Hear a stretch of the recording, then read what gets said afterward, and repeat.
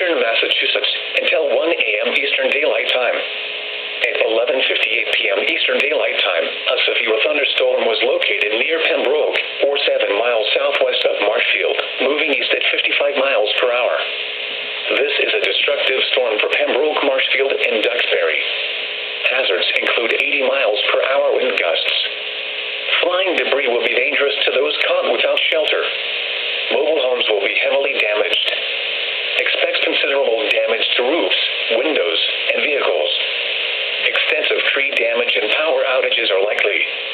Locations impacted include Plymouth, Marshfield, Situate, Pembroke, Rockland, Duxbury, Whitman, Hanover, Kingston, Norwell, Henson, Halifax, and Plimpton.